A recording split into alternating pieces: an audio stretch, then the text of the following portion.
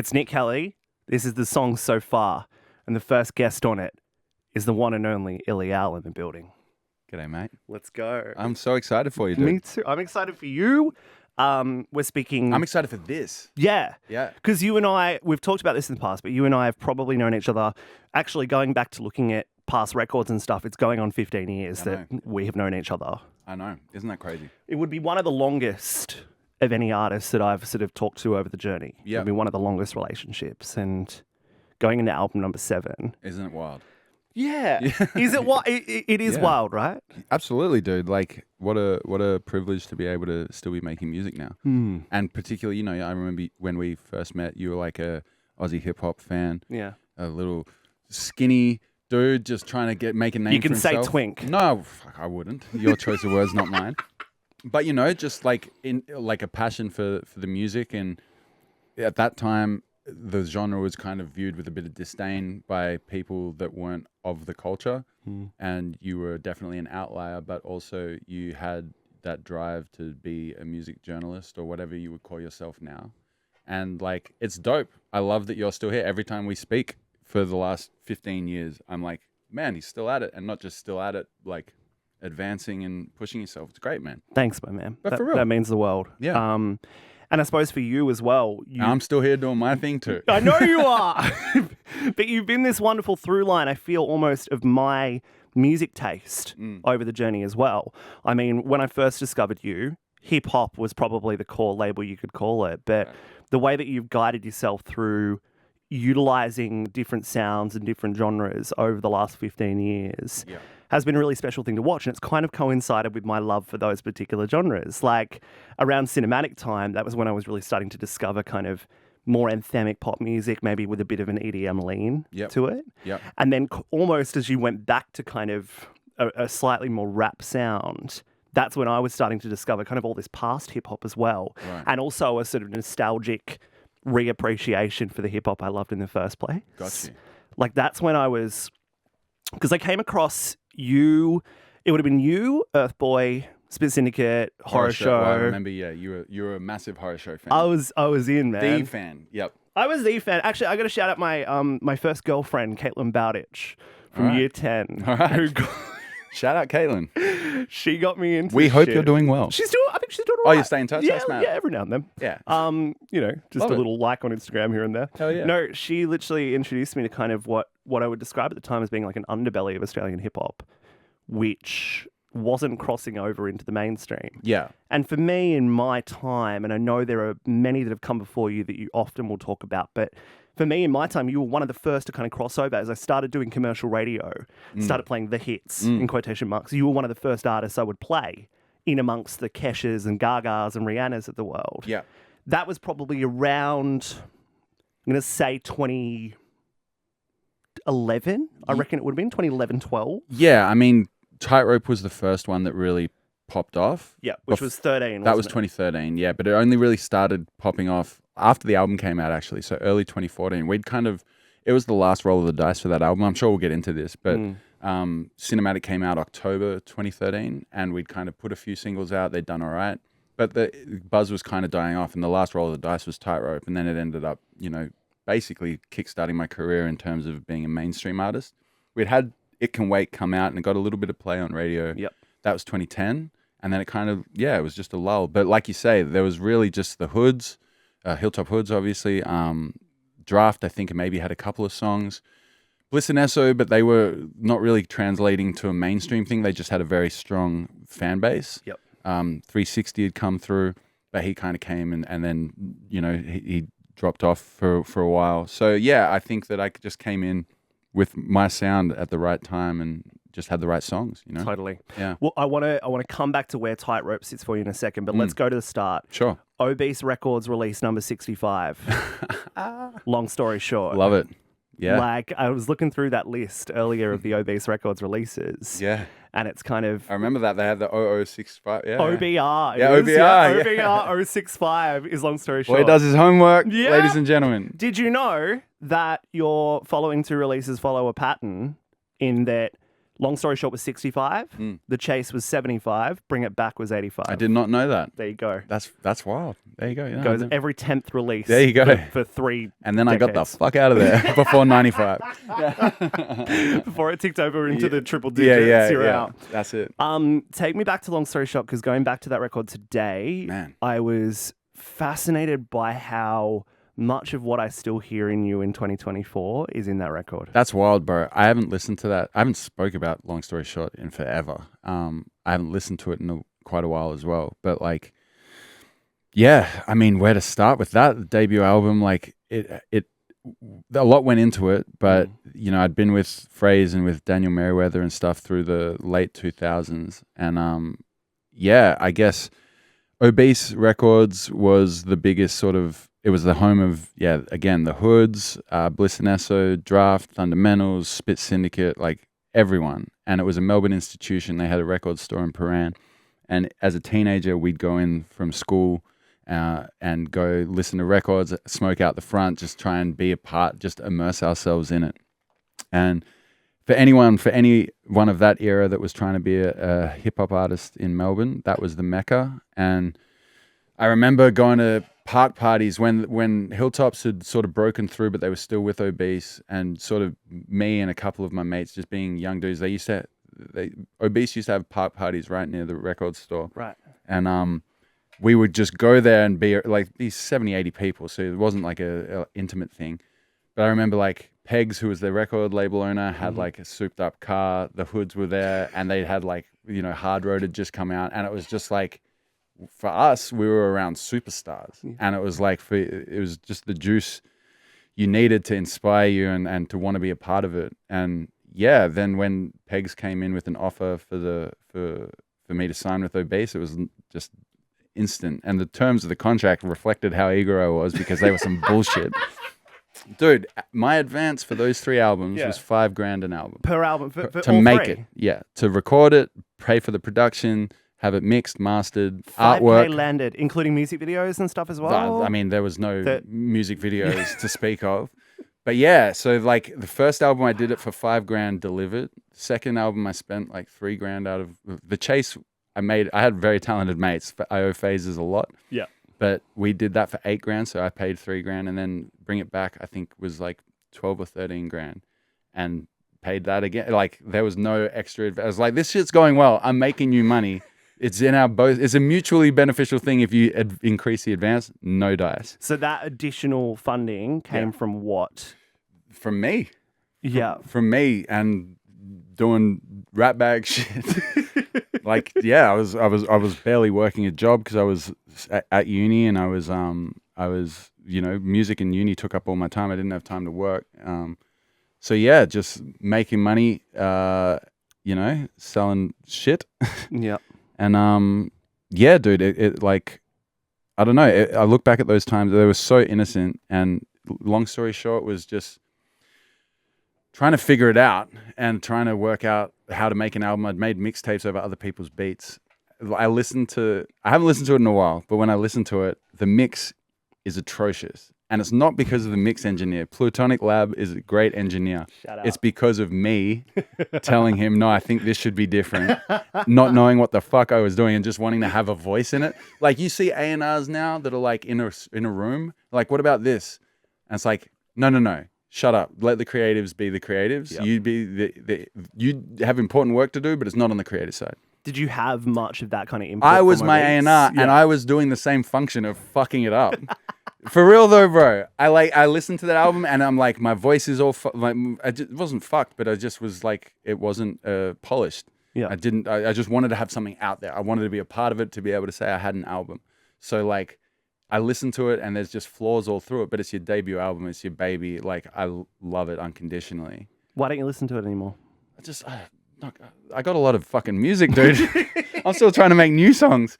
I don't have enough time. If I just listen to me over and over again, firstly, that would be a weirdo. And secondly, I just don't have enough hours in the day. Are you listening to this new record over and over again? It's all I've fucking listened to for like the last 2.5 years, dude. People ask me, what are you listening to at the moment? I'm like, nothing. I'm a cultural wasteland as far as having my finger on the pulse. I'm just listening to my demos and like, yeah. Anyway, yeah, long story short, it came out, pictures. We thought that Full Tank was going to be the big song. Yep. Generation Y, actually. It got placed in the hands of someone, a Dom at Triple J at the time, Dom Alessio, who played it. I remember the first time it got played on Triple J. I remember where I was, the street that I was turning into. I was turning off Lakeside Drive onto St Kilda Road. And he played it on Home and Hose first time, and it was like, I've made it. And then it got picked up, and then Pictures came in second. And I remember when Duels played that for the first time, and then that ended up being in the Hottest 100, and that started my relationship with Triple J. And yeah, man, I mean, fun times being a support act, traveling around the country in a hatchback with them phases. Like, again, not knowing shit, dude. But it was just the best times. Do you remember where Pictures landed in the Hottest 100? Yeah, you do. Of course. Yeah, you do. Yeah. Phenomenal time. Yeah. And to come out the gates with an album that actually connects and starts the kind of fan base for you. Yeah. What did that fan base look like at that point? It was definitely leaning more on the hip hop crowd because that's where I'd come from. I was still viewed, even then I was viewed as like a pretty boy or a pop singer. Like, it was too poppy, it was too commercial. I look back now and like, fuck, you thought that was too pop? But it was always leveled against me. But I had people like Bias B, who's like one of the OGs of Australian hip hop in general, but definitely in Melbourne. He always had my back, and you know, I was with Obese, so I had that sort of blanket. And yeah, man, I loved it, but I definitely wanted the approval of that scene. Yep. But the nature of my music and the more melodic shit meant that people that weren't necessarily into that other stuff, or that maybe had dipped their toes in, gravitated towards my stuff. So, yeah. Did Bring It Back come about as a result of, I know, your passion for boom bap rap? Yeah. But was there an element of trying to prove to people that you could do that? A bit of that. I mean, The Chase came out after Long Story Short, and that had a lot of, that was kind of, It Can Wait was a breakout song. Yeah. 27 on the Hottest 100. Do you remember all of them? Cigarettes 40 the next year. And that was on The Chase as well. Yeah. But that album, you know, again, that got played on commercial and like started to really move outside of just the hip hop sphere. Yeah. Triple J were a big part of that.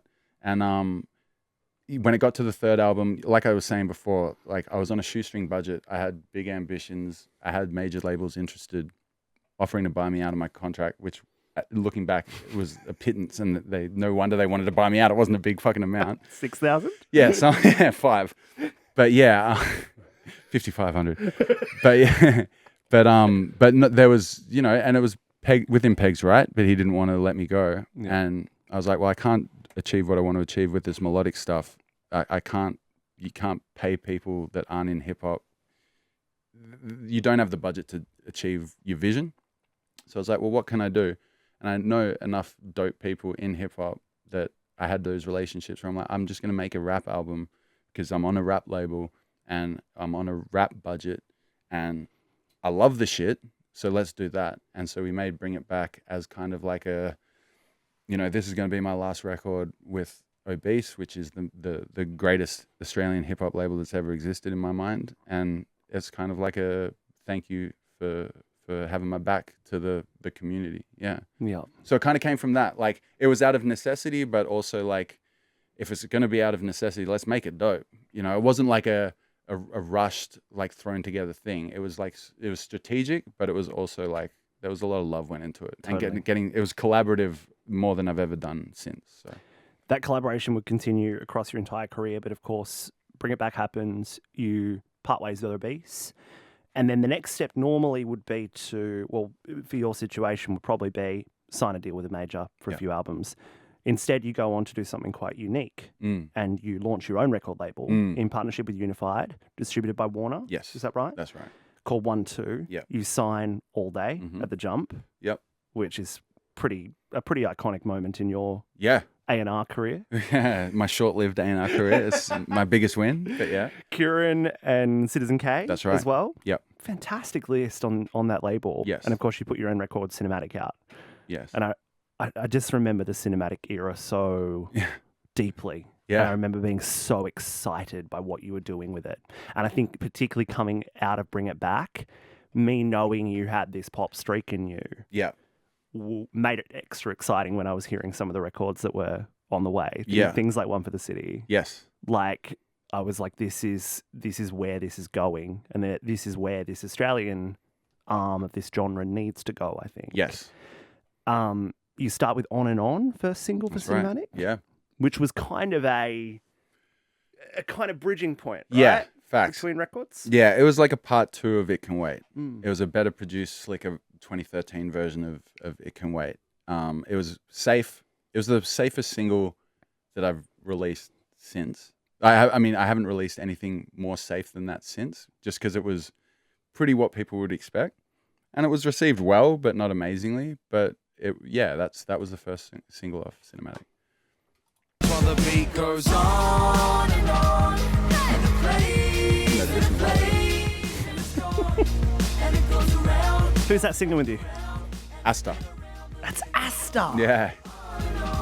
Of course, at that time, she was doing a tune with All Day as well. Had that Dynamite record, which is still a belter. Yep. Astonishing vocalist. That song just signified a really special line in the sand, I think. Yeah. In your career. It was the first time, like, I'd been with Warner for, a year making that album. And, like, I remember when we went to shoot the video with Power Rats over in WA. Shout out Power Rats. Shout out Power Rats, man. But, yeah, the level up, because everything was DIY up to that point, to the point of, like, looking back, it's farcical. But, like, so much love in it. But that was the first, like, okay, there's a real budget with this. And we, like... It's not the greatest video ever, but at the time I was like, this is the shit. Yeah. And like, yeah, I mean, I've got fond memories of that whole era, but it really only kicked off properly once Tightrope came out. It felt like you were taking charge properly. Yeah. This one. And there's obviously, pop is at the core of this record, but there's obviously songs like Young Bloods with Aaron, which leaned a little bit more towards kind of a punkier sound. Yeah. Which I noticed you explore on this new album as well. And we'll get to that in a tick. But let's talk about Tightrope. Yep. Before that, because I forgot about Youngbloods. But so that came out just before the album. Yep. And obviously leaned heavily on the Amity Affliction song of the same name, and it uses that hook. Mm-hmm. And that got a little bit of traction. I remember hearing that for the first time at a club, like a hip-hop venue. And it was like boom bap up till that. And then DJ Flagrant played Youngbloods because he was part of our crew. Yeah. And it was just like, this sounds like a nuclear bomb in comparison. Like it sounds completely different. And I was like, that's the first time I really got excited about that album. And then it came out, and the week it came out, did the Leica version, which ended up being a real big moment as well. Was this the Oz Music Medley? The Oz Music Medley. Yep. So that whole week, I say that Tightrope really upped it a gear, but there was like things happening before that felt like it was building. Yeah. So yeah, we can move to Tightrope. I remember a particular love for you at that point. I feel like we spoke either the day of, because the Leica version came out the day that Cinematic came out, and either we spoke that day or within 24 hours. I think we did. But I remember you talking about the Leica version, but it was an interview for the album, so it must have been that day. It must have been. But you just been like, dude, this album's fucking sick, and that Leica version, oh my! And I'm like, all right. Is that what I sound like to you? No, I can't do your voice, dude. What's my voice? No, try it. I just did. Yeah. That medley was you, Joyride, Kira, yeah, Kira Peru, yep, Ben Ellingworth on drums, Lindsay McDougall, yes, yeah. S-Dub put it all together. He was on bass. Hannah Oblakov from string section. So yeah, it was a whole ass thing. What a crew, man. Yeah. Shout out Joyride. Yeah, for a the hot greatest. minute. The greatest. Big man. He was a defining figure of my early adulthood. He was the Nate Dogg of Australian hip hop. He was though, dude. He was. Yeah. The greatest. Tightrope. Yes. This song, this video, Scarlett Stevens. Yep. Thoughts, memories. I can't remember when, I just remember it got picked up, and then being with people at the label, just being like, this song's going, and just seeing things sort of like dominoes kind of falling over. And then it was just everywhere. And yeah, I mean, there's no defining moment of it until playing it live, when it was like everyone, the crowds, because crowds had known It Can Wait and crowds had known Cigarettes and they got around it, but the crowds were a lot bigger now and they knew Tightrope, like to the point of like we had to play it twice, 2-3 times. And that was the first time I'd ever had that. And I was like, yo, this is crazy. And then, yeah, the album picked up because of that. I remember the call with Tony Harlow, who was the old Warner head, when the album went gold. He's like, yeah, Tightrope's double platinum. The album's just gone gold. Congrats. And then went out on stage. I think it was Canberra. Played to like 1,000, 2,000 people. Said that on stage. And that was like, well, no matter what happens from here, I've got a platinum song and a gold album. And that was the first time that happened. And it was mad. Did you think about yourself in Melbourne going to those park parties with the obese crew in that moment? Well, I know that they would have hated that. They would have hated that fucking song. But yeah, I don't know. I don't look back too often, bro. Yeah. Like, because you get caught up in the nostalgia and you lose sight of what you're focusing on going forward. But there was just, I had such a good team with me, man. Like, it's my success. Every success that I've had until this album has been, you know, I share it with them phases. And then Flagrant's been a big part of it. And Nick Yates and Unified were a big part of that whole era. And like, it's not just me, you know? So like, when I look back at that, I think about the relationships with people that I'm still super close with, but we don't work together anymore. And like, that's what I think of, you know, just that camaraderie and that like, we're not knowing what we're doing, but it seems to be fucking working. Because the relationships matter more than the, say, double platinum numbers. And well, that matters too. Yeah. But no, like the thing is, because it was such a new genre and like, you know, the Hoods had kind of blazed the trail and I keep referring to them, but they are the biggest and the best and they'll never be topped. But like we were doing something that was different and it's not like a pop star that's riding a beaten trail. It's like, good on you, and if your music's great, you deserve your success. But we were doing something that hadn't been done. So it was like, there wasn't an element of like, we know what we're doing or this is the course we got to follow. We were getting advice from the label, but it was a completely new genre. And it was like only just starting to hit mainstream in Australia. And it was probably never going to go elsewhere in the world. Yeah.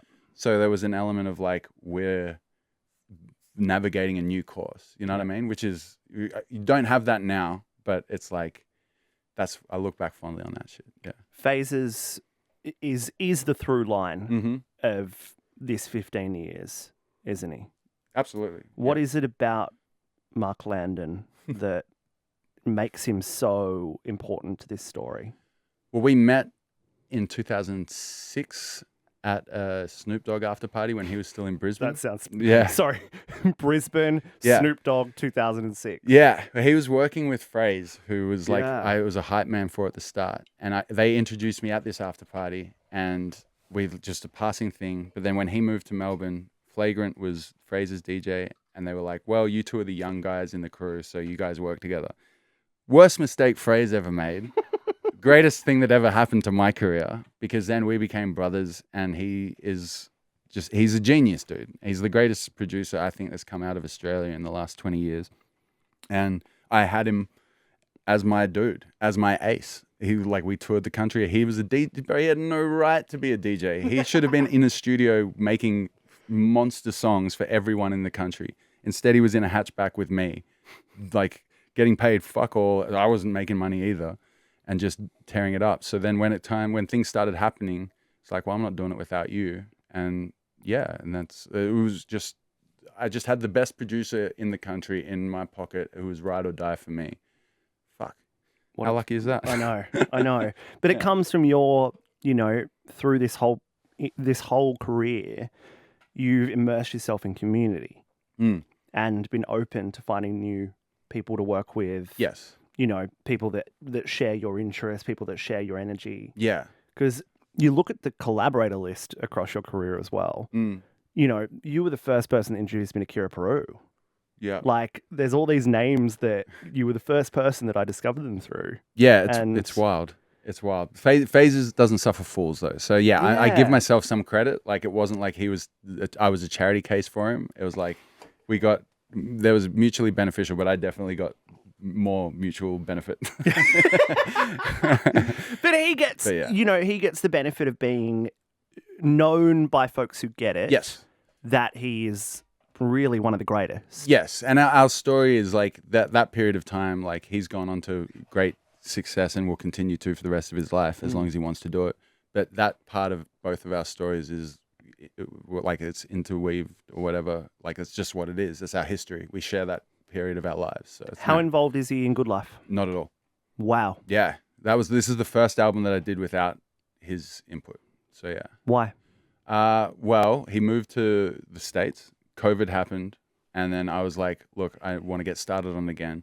And an Illy album, when it's me and him, we're like brothers as well. We butt heads. But it's a big commitment. And he's like, he's got the rule stuff, which is his focus, as it should be. And I think it was just like, dude, I can't give you the time that you need. My heart's not in it like it has been. I'm in LA. You can't even get over here.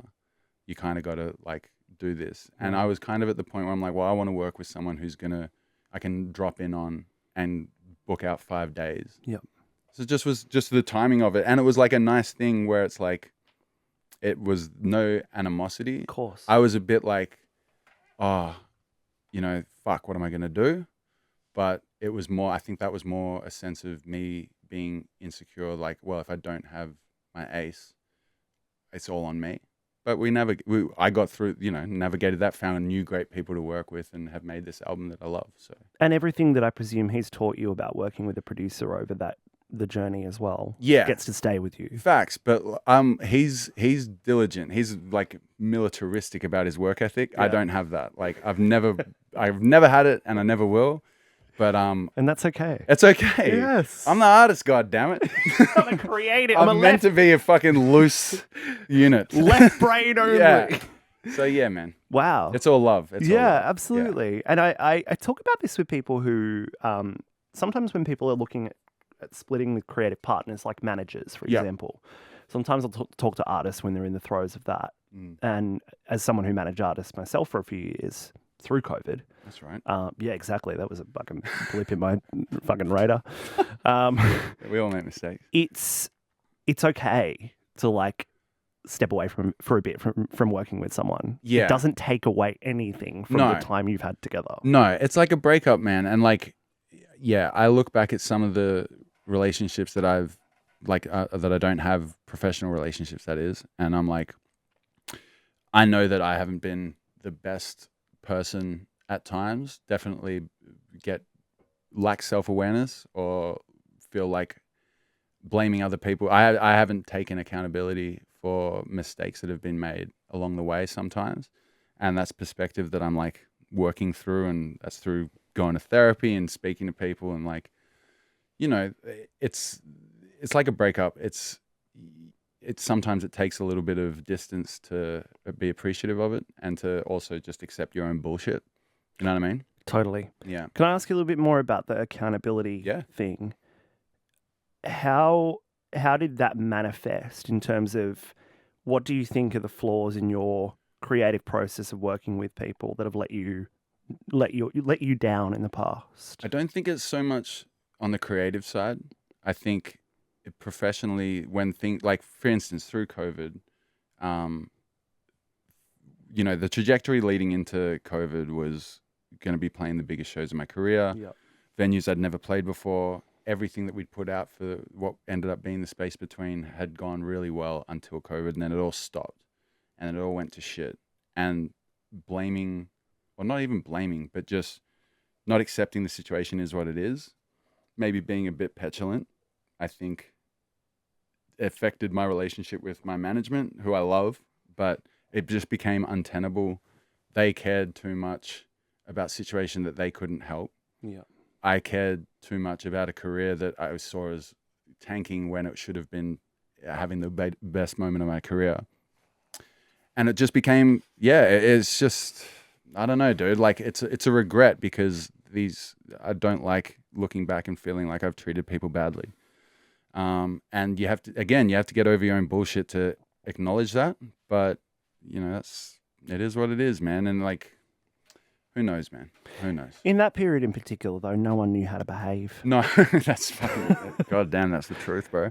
No one knew how to, I still think I've got probably behaviors in me that were built out of that period. Yeah.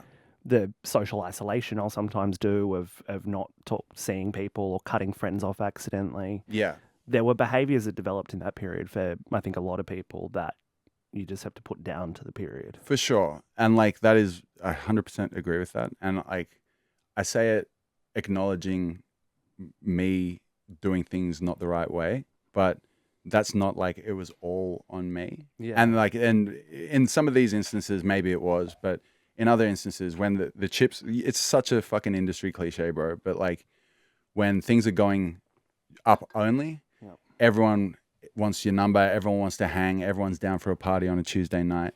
When shit isn't, you learn really fucking quick the phoniness. And like I thought, having had a career by the time COVID hit, over 10 years in the game, that I was not immune to it, but aware of it.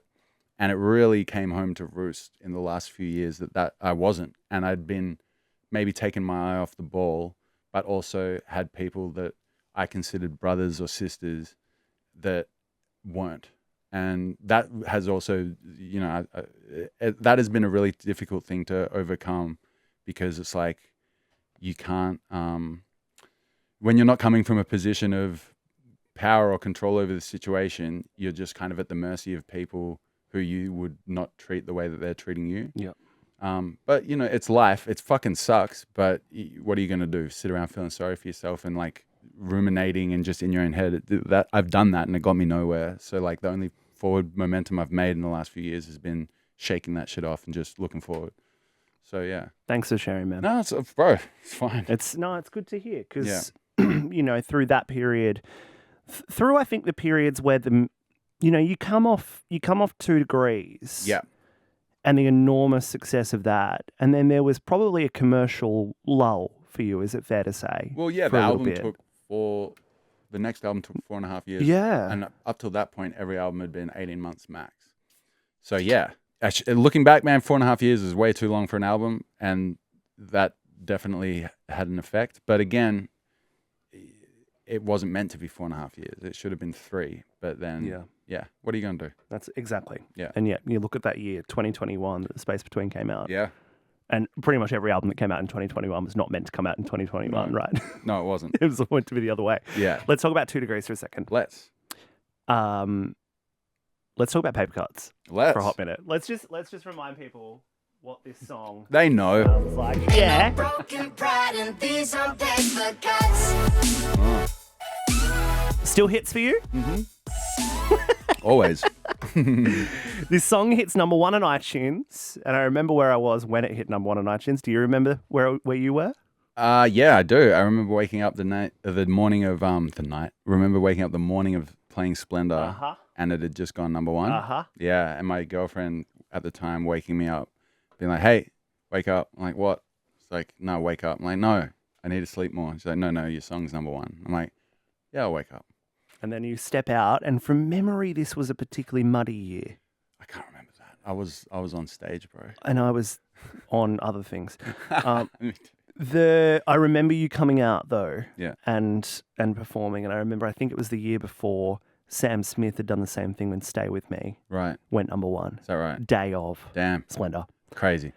Do you remember the feeling stepping on stage at Splendor that day?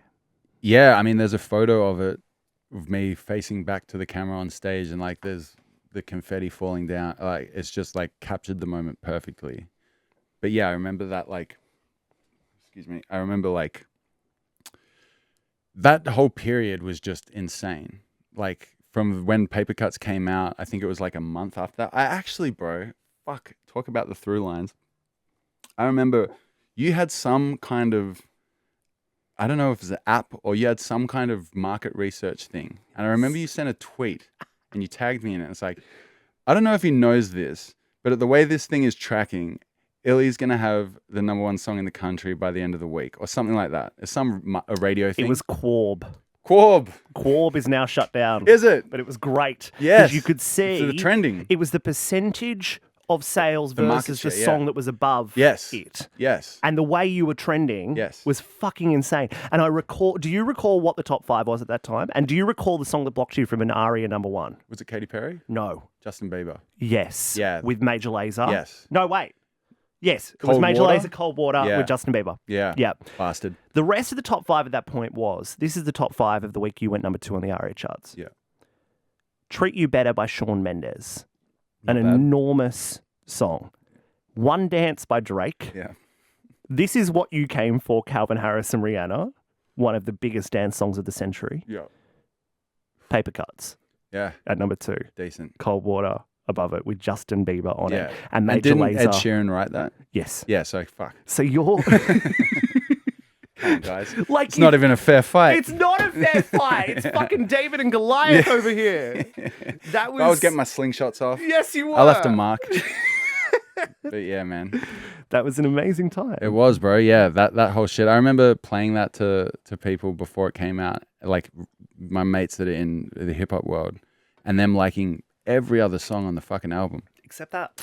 And that one I play it and I'm like, yo, this is the shit and this is the first single. I'm like, yeah, this is cool. Being like, huh? What do you mean this is cool? This is the shit. And then because of that, I was psyched out when we went in to play it for the first time. And they played it on the radio. And like immediately it was like, yo, this is fucking crazy. Like the feedback was just like instant. And yeah, it's just like when you have that wave and you just need to deliver the right thing at the right moment. Because it had been building for a couple of years. And then it just was like the perfect, because it was the first single off 2 Degrees as well. So it just hit it hard. Yeah. Yeah, it was sick. Was Celia always the vocalist on the track? No, she was working. She was managed by a dude called Michael Parisi, who was managing a long-term collaborator of mine, Jay Scoob. So him and Phases were kind of instrumental at my start. And I was going to Scoob's wedding, and we were in the car, and he's like, "Yo, what do you think of this girl for it?" And I was like, "Yeah, no, that works." And she heard it and was like, "Yeah, I love this." And so Celia came on, and then she wrote the bridge with Andy Mack, I think, and yeah, the rest is history. Long-term collaborator of hers. Yeah. They do a lot of their work on the Central Coast. Represent. You got to represent. You got to represent your hometown, You baby. got to do it. Yeah, a monumental moment. And yeah, you look at the other songs on that record. Looks Could Kill deserves justice. Justice for Looks Could Kill. Yeah. I don't know if we're gonna get it at this time. 8 years later, maybe not. Hey, you never know with the way TikTok works. Yeah, but yeah, I remember going to America because we're talking about all these American artists. Going to America after that, and it happened with Tightrope as well. I'd gone and met, I think it was Craig Kalman, who was the head of Atlantic or something, and he was like, "Here's a contract. We've got Iconopop singing Tightrope. If you want to do it, it's here for you. Sign the contract." I'm like, "Well, what's the catch?" He's like, "Well, you got to perform it with an American accent." I'm like, "Yeah." And I'm like, "No, I'm not going to do that." And looking back, like I've told that story, and people have been like, "Why did you not just do it?" It's like, nah, because I care about Australia and where the culture that I'd come from. You couldn't do that. How willing to compromise are you? Not on that. Yeah, not at all. Hell no, dude. You don't switch it up after 11 years of making music. Can you imagine if that came out with me doing it in a different accent? Like, it was just like, it's a non-starter. So I passed that up. And then it happened again with Paper Cuts. And they had cheat codes, reproduce it. Like, it's ready. And I'm like, nah, I'm not signing that contract. Holy fuck. Yeah. And it was again, you had to do it American. Yeah. Same thing. Wow. I know. Isn't it crazy? And they weren't willing to budge. No. But I understand that because, like, They wanted to be American. well, yeah, you can't, market. like, an Australian accent is still yet to break over there. So, Yeah. you know. So, yeah, it's an interesting little aside. That's crazy. Yeah. And famously, cheat codes in 2016 were like the shit. They were big, yeah. They were huge. Yeah. I remember seeing them at Lolla in Chicago. Right. And it was just one of the craziest live sort of dance sets I've ever seen. There you go. They were stars for a very... I know they're Yeah, still making music, but there was like a Yeah, 2 it was years a there. moment. Yeah. Yeah. Totally, dude. So, yeah. Let's talk about, very briefly, because we're going to run out of time, but let's talk about the space between. Obviously, this is 5 years later. And it features one of what I've realised is probably my favourite songs of yours. Is that really all you got? Ain't been that what? This had the attitude again. Yeah. This is you. Yes. Had the pop too. And it had the pop. Yeah. And it was just you. Yeah. You didn't need to rely on a feature vocalist Right. to help you do it. And I know you've been developing your singing voice over a Yes. very long period of time. Yeah. You got some singing lessons, right? Yeah. Yeah. And that for me was like, okay, he sounds like a pop star Right. now. Yeah. That song felt like a defining kind of moment for you. Do you remember the kind of reaction that it got at the time? I know it was mixed. Like, Yeah. I remember being so nervous about that to the Triple J audience, and I knew that hip hop, like a lot of the hip hop crowd had already been like, "Nah, fuck this guy." Fair enough, but I was like, "Well, this is quite a pop song. I know it's good, firstly, but I know that it's not gonna be like a Paper Cuts moment." But it's still, I mean, it still did fucking great. Yeah. But yeah, I remember just being so nervous on that first play, and then it was pretty overwhelmingly positive. But yeah, I still, even today, I hope I never lose that like nervous energy when you're about to release a song, you know? Do you have it with the album? Fucking oath. Have you heard it? Yes. Yeah. It's like pushing more in all sorts of weird directions. Like I'm at the point, and I'm sure we're about to get onto it, but wait, you're talking about Good Life or? Of course I am. Yeah, yeah. Like this album is like taken all those experiences and like ramped it right up, because it's gone in so many different directions, and like I love them all, but I know that there's going to be people that don't, and it's like whatever. Let's talk about the album. Let's talk about the album. Good Life was a red herring.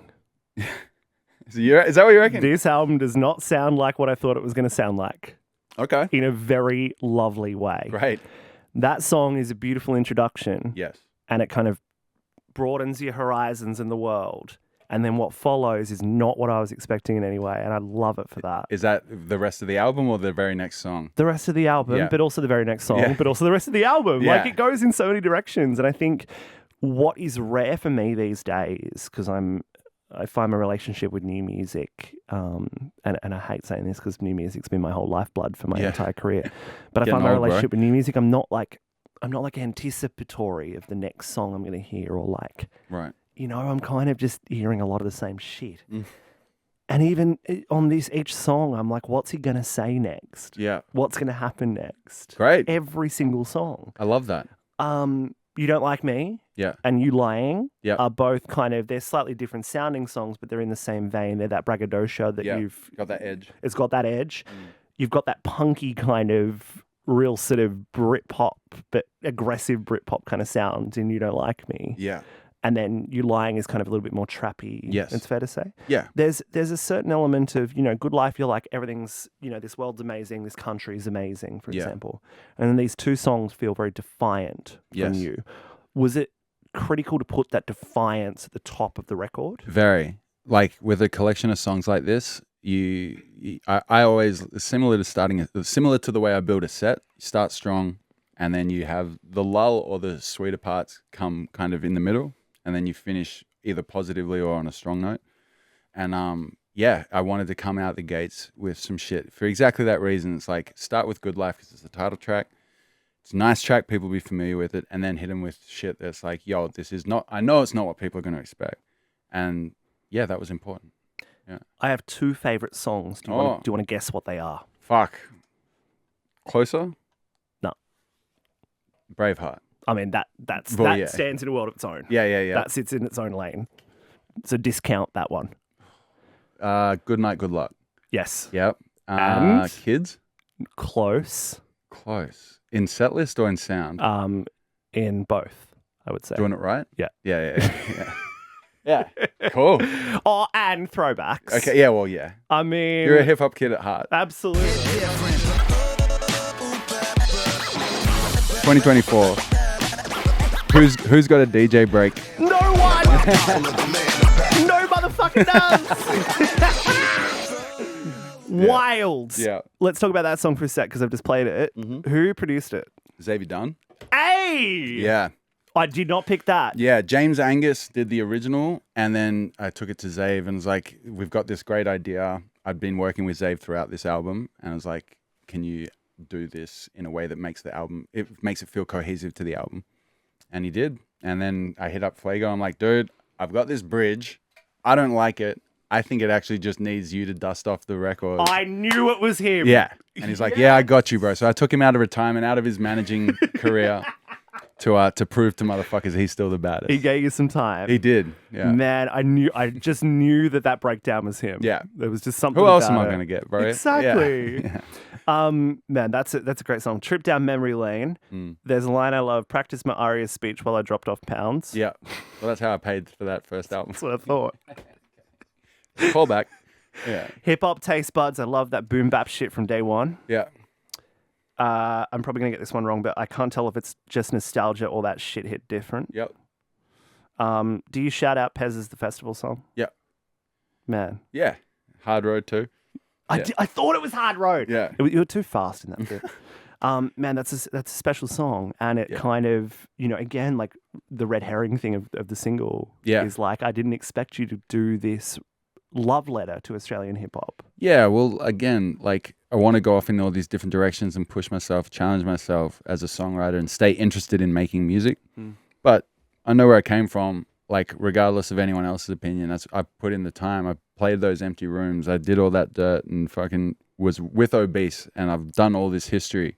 I'm a part of that culture, whether people like it or not, and I'll never I'll never abandon that. No. And it'll always be, there's always a place for it on any Illy record. But I wanted it to not be a chip on the shoulder, because I'm at peace with all that. I love that, and it's such a nostalgic song. It's called Throwbacks, for fuck's sake. It's like the good times that we've talked about. Like that's what I wanted that song to encapsulate. Do you think this is the kind of album, and to me it is, this is the kind of album that people that might have 10 years ago when you started making quote unquote pop music wrote you off and moved on to others. Do you think this might be the album that brings them back? I don't care. Okay. I mean, that's good. I'm like, I'd love everyone to love it. Yeah, but they're not going to. You don't make a record like this for that. Yeah. You know, I did this one for me, and I want people to like it. I want the people that have supported me to love everything I do. But at some point, it has to be like, what's going to keep me interested, keep the torch lit. I've never made an album that sounded like the last one, and I'm never going to. So, yeah. I love this song, Al. I love this song. Where's that fucking sing along? Yeah. I love that this is one of your favorites. It's so I wouldn't have picked it. Man, I don't know what it is. Yeah. I think it's the hook, but I think it's also like, this is you kind of doing that sort of, I don't know how to describe it. Well, it's it just feels like that, familiar. It's the piano feel. It's like the... Yeah, it does feel familiar. It feels familiar, and I think it's the 4th, 5th track, and it's like the first sort of, okay, this is like, this feels like some familiarity after some shit that doesn't. Comfort blanket after you go kind of ham for a bit. Yeah. Right? The album isn't moored in hip hop where every other album I've done is. Yeah. But you again, I'm never going to like shed it completely. So You've made a country song. yeah, it's a good one too. It's a really good country song. Yeah. Let's have a quick listen to a bit of Good Night, Good Luck. Riding dirty with a bad one shotgun. When we pull up, we'll be rolling red hot. Jump in, no, wish me good night, good luck, good night, good luck. That hook repeats for the back half of the song, but because it's delivered differently, you don't really pick up on it that it's just repeating. I love that. Yeah. It's just repeating. Yeah, 4 times, dude. But that's when you know you have a good hook. Have you thought about this being a single? Yeah. Yeah, I have. I think Kids is the next single. Yep. And that's the one that I like. I love that song. But if there is another single after that, it'll be that one. This song, Kids, Yes. features a superstar on the vocals. Yeah. Who's lent their vocals to it. Yeah. How do you feel about this person being Right. on the record? I feel good about it. I wrote it with Tones and I, and she's one of the biggest stars in the world. Was there a conversation about her doing it? To a point, but we had it. She's obviously just released an album. She's the homie. We're going to work together for the rest of... fucking best. She is the best, and we're going to work together the rest of our careers. So there was no pressure. She's like, look, I have to run my own race right now, but she gave her blessing to get someone on. I'm like, well, how the fuck am I going to get someone? Like, she's so unique.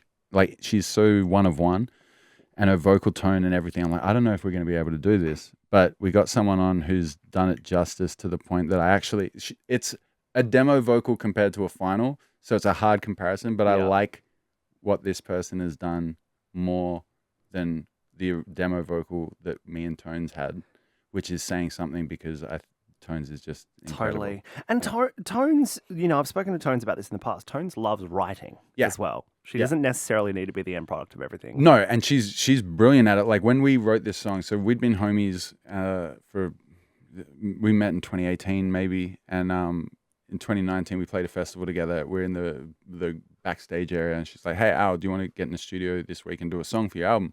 I'm like, "Fuck yeah." I get in there on a Tuesday. She'd been in there like 15 minutes, bro. Like the doors were still barely. I had to get someone to come let me in. They weren't even open properly. Get in there. She's at the piano. She's like, "Hey, what do you think of this?" And she plays the chords and plays and sings the song like live. And the chorus almost sounds like what it is now. I'm like, "Yeah, that'll work. Let's go. I've got the fucking all right. Like, what do I have to do? This is fucking ready to rock." And yeah, I kept it off the last album because COVID meant I loved the song. I knew it was special, and I knew it wasn't going to get a chance to really shine. So yeah, I've held it off till now to get to really go for it. So this is an old song. It's old-ish, but like it's changed. The production has changed quite dramatically. Yeah. But the chords are the same. It's amazing. But yeah, man, like I love Tones so much. I love this song. When I said before about realizing who your homies are when the chips are down, Yeah. like she's one of them. Like she's one of the realest, and anyone who doesn't rate Tones is a fucking idiot. I know. Yeah. I had one of the most emotional conversations of my career with her a few months ago Right. around the album. Yeah. Like she's been let down by people Yeah. enormously, and let down by the audience, I think, enormously. And Yeah. But she's found her feet, and she's like the embodiment of that attitude of like, you take your knocks and you keep fucking going. She's like it, dude. And like, look, she had Dance Monkey, but then she's had her knocks and she's fucking come out of that. And now she's at the biggest point of her career. She's playing arenas. It's like, fuck, you deserve every bit of that. You know, I'm her biggest champion, like outside her inner circle. I consider myself in her inner circle, but her immediate friends, outside of that, I'm her biggest champion, like, and I will be forever. Are you okay to talk about Braveheart? Yeah, it might be tough, but we'll give it a shot. I want it in your words what this song means to you. People can hear what it's about. Yeah. On record, and it hit me for 6. Yeah. I reckon it's probably the most beautiful song you've ever written, Thanks, man.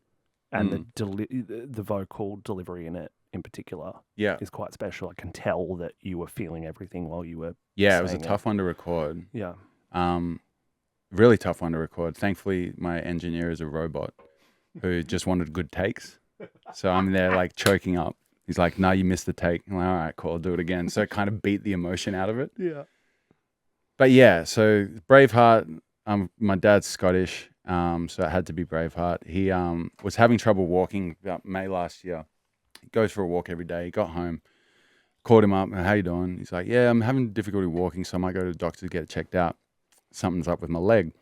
And he goes to the doctor, and they like, "Yeah, there's something wrong with your heart, actually." And go to the ER, goes there, and he has 3 heavily blocked arteries. So they have to give him like an emergency triple bypass. And this all happens in the space of a day. Yeah. So go to the hospital, almost said the studio, but go to the hospital that night, and he's like going into the surgery the following morning. And I know it's a common procedure. It's and fucking scary though. Yeah, there's it's super high chance of it being successful. It's successful way more than it's not, but there's a more than 0% chance that it doesn't go well. So I'm in I almost said it again. Yeah, so I'm in the hospital with him that night. It's like 11 o'clock, and he's in bed, and you know, Mum's seen him and she's gone. He's sent her home. My sister's seen him. He sent her home, and it's just me and him.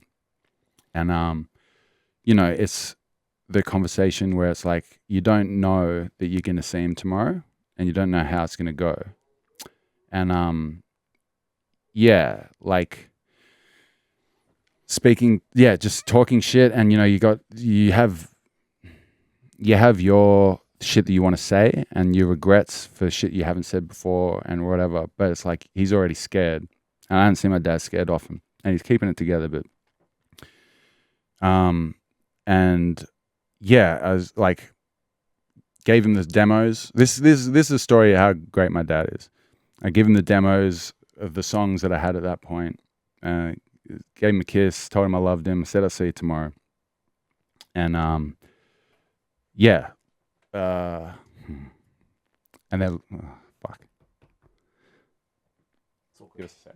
No, you're right, man. Yeah. Could move on if you want. No, it's fine.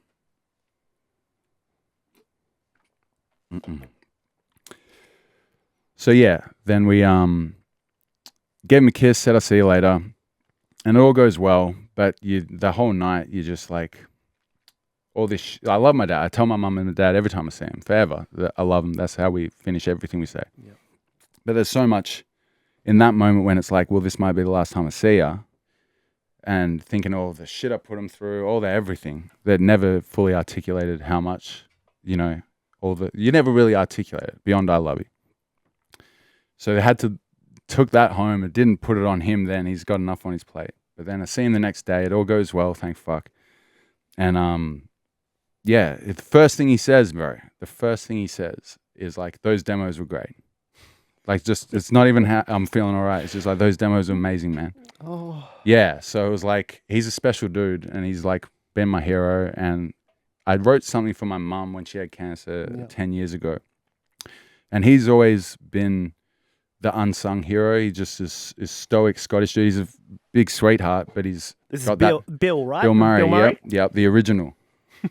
But he's never had, like, he knows I love him, but doesn't. He's, we don't talk about it too much. And he's been the biggest supporter before Obese. When I was like, Dad, I'm not going to be a lawyer. I'm going to be a rapper. He's like, okay, like, fine. Doesn't make sense to me, but he's always just been in my corner. So yeah, after that happened and it all went well, and I was like, well, fuck, man, like, going through that, it's time for me to let him know. So wrote that song pretty immediately after that. I hit up Zave and I'm like, I need something to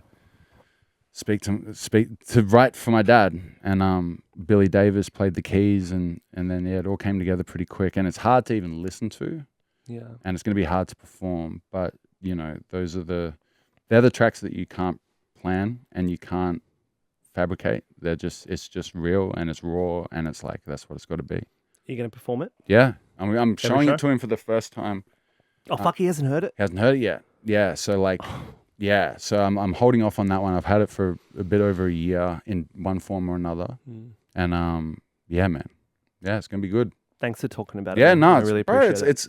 It's hard to talk about because it's love. Yeah. It's not a difficult thing to talk about. It's just, I can't help but get emotional. Yeah. But it's from a place of I love my, I got great people around me. Yeah. So I'm happy to talk about it for the rest of my life, man. Like, it's a joy. It's a privilege to talk about. So. When you're proud of a parent and you're proud of what they bring to you, it's the most present thing in your mind, isn't it? Yeah. Like, that's it, bro. And like, that experience informed a lot of good life. The perspective and the message behind it is like, you don't need to be a superstar. You don't need to have all this money in the bank. Dad, after that, the first thing him telling me was, your demos are great. Like, I got people around me that care more about that and care about me to the point that they're not even worried about themselves when they've had their heart ripped open. Like, what the fuck do I have to what the fuck do I have to feel down about? You know what I mean? Yeah. So, yeah, man.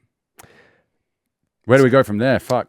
Well, I reckon it's it's probably a good point to kind of wrap the record. Yeah. And because it has so many, we've just gone from talking about doing it right. Yeah. And, kind of the more fun and joyous moments of the record, but it's also got the most serious record you've ever written on it. Yeah. So in the way that we've kind of summarized the other 6 albums in your discography, how do you view this one in the 16, 17 years of your career? I view it as, if not my best, up there with it. I do think it's your best, by the way. Thank you, man. And we were talking earlier about honesty over platitudes, but mate, it's everything about you that I have loved for so long. Well, that means a lot, in bro. one package, mate. Yeah, I'm particularly raw right now, so that means a lot, bro. I mean it, man. But yeah, thank you, man. Love you, bro. But I think this album is how. Sorry, what was the question? How do you summarize this album in your career? Like what does this mean? Yeah, I think Trying to find fucking fluffy words to say, but basically I'm like, what does this it album mean? mean? Yeah. it's that newfound perspective. I think I've spent so much of the time being, that rapper mentality of competitiveness and wanting to be the best. And I still want to be the best. Anytime I'm on a track with another rapper, I want to have the best verse. But I'm far enough in my career, I've accomplished enough, and things have happened that are outside of my control enough that it's not about how much you can outwardly achieve. I want to achieve everything, but it's about having a life that it's I'm using the phrase, but it's about having a good life where you're content, not settling, but content. And you can strive, you can want to achieve something. You're going to get setbacks, but everyone's going to get setbacks. Feeling sorry for yourself does nothing. Just get out there and make every fucking moment count. Take the risks. Fucking consequences be damned. Just go and do what's going to make you happy. Illy's album Good Life is out. By the time you hear this, it will be out. Yes, sir. Going on tour, taking this thing around. Let's go. I can't wait for these shows, man. Thank you, bro. Congratulations. Appreciate it, my brother. man. Appreciate you too, mate. You're the best. Cheers.